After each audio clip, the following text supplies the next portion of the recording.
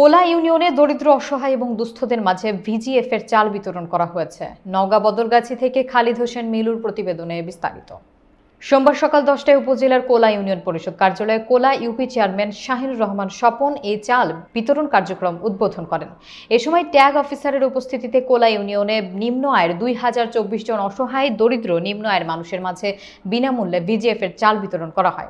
এ সময় প্রত্যেকজনকে 10 কেজি হারে চাল দেওয়া হয়। ঈদ উল ফিতর উপলক্ষে দুর্যোগ ব্যবস্থাপনা অধিদপ্তর ভিত্তিক কর্মসূচি আওতায় বদলগাছি উপজেলা প্রশাসনের আয়োজনে বিনামূল্যে চাল বিতরণের সময় সকাল থেকে পরিষদ চত্বরে জমা হয় বিভিন্ন বয়সের নারী এবং পুরুষ।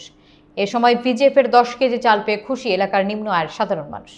ভিজিএফ এর চাল বিতরণের সময় উপস্থিত ছিলেন কোলা ইউপির অন্যতম সদস্য এবং ইউনিয়ন বিএনপি সভাপতি ওমর ফারুক, কোলা ইউনিয়ন বিএনপি সাধারণ সম্পাদক নূর ইসলাম মাস্টার, কোলা ইউনিয়ন পরিষদের সকল ইউপি সদস্য সহ কোলা ইউপির প্রশাসনিক কর্মকর্তা আব্দুস সালাম সহ অনেকে।